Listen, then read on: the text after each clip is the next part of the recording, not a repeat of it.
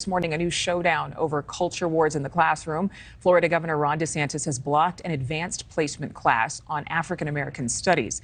State education officials say it lacks value and is contrary to Florida law.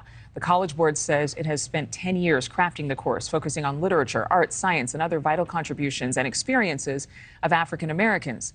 The law in question restricts how race is taught in schools and prohibits any teaching that could make someone feel personality responsibility for historic wrongdoings. And I know those are a lot of big words. I mean, the fact is we're talking around it. This all boils down, Niall Stanage, to the critical race theory debate, of the discussions about diversity and equity and inclusion, and the hopes for unity. I think a lot of people on both sides of the aisle really do hope that we'll all be enlightened. But let's talk about critics first, saying that this latest move by Governor DeSantis will hurt some students.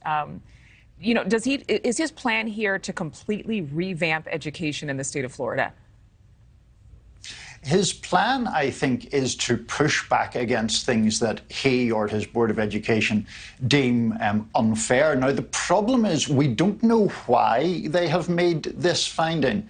And I think the political ramifications of this move, Adrienne, are much more debatable than some other moves he has made. You mentioned in your introduction the idea, which came in something called the Stop Woke Act, that you shouldn't make students feel personally responsible for historic wrongs. I think that's probably broadly popular. The question here is that you're banning a course in Black history while courses in European history and world history are fine. So to say you shouldn't make a 7-year-old white boy feel personally responsible for slavery is probably a popular and politically good position. To say that people who in high school want to study Black history shouldn't be able to, shouldn't know what happened to Rodney King or Fred Hampton or issues of that nature, that's a more debatable position, I think. Well, and I think, too, there are a lot of people who would side with Governor DeSantis, and that's why he's so popular.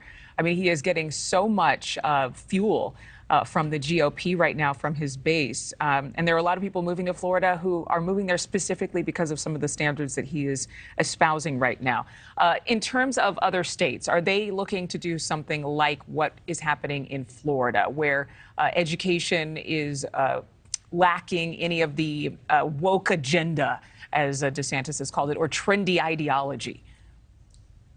Yeah, it's certainly a very live issue. Culture war in the classroom, you said, and I think that's a very good encapsulation of it. There are at least 9 states that have passed laws that are aimed in some way at restricting or banning critical race theory. There are many more states that are considering that kind of legislation.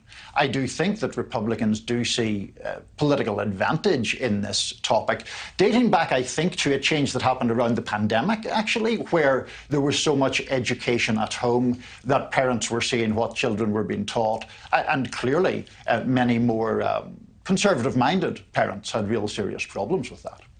Niall Stanage, always good to see you. Thanks so much for your time.